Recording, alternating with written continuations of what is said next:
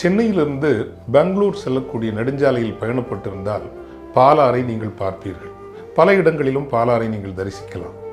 பாலாற்றினுடைய சராசரி மணல் ஆழம் என்பது 156 அடி. எல்லா இடத்திலும் என்று அல்ல, அதனுடைய சராசரி மணல் ஆழம் 156 அடி.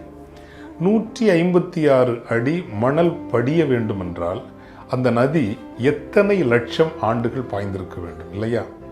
எத்தனையோ ஆயிரம் ஆண்டுகளாய் பாய்ந்துத்தான் அந்த அளவுக்கு மணல் படியும். அப்படிப்பட்ட ஒரு நதி இன்று நமது கண்முன் படுகொலையாகி கிடக்கிறது.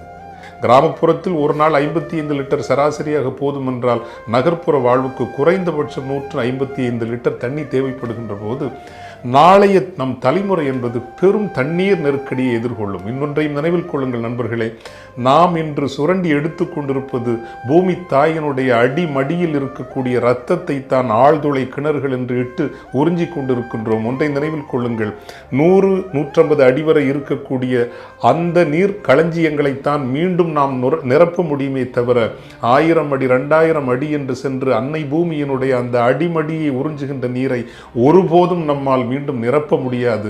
பெரும் பெரும் பேரிடர்களை தமிழ் நிலம், இந்தியா, உலகம் எதிர்கொள்ளும் என்கின்ற நிலையில் நாம் எப்படி நாகரிகத்தினுடைய மக்கள் என்று சொல்ல முடியும்? நண்பர்களே, தண்ணீரை இழக்கின்ற சமூகம் தன் தலைமுறைகளின் ஆணிவேர்களை வெட்டுகிறது.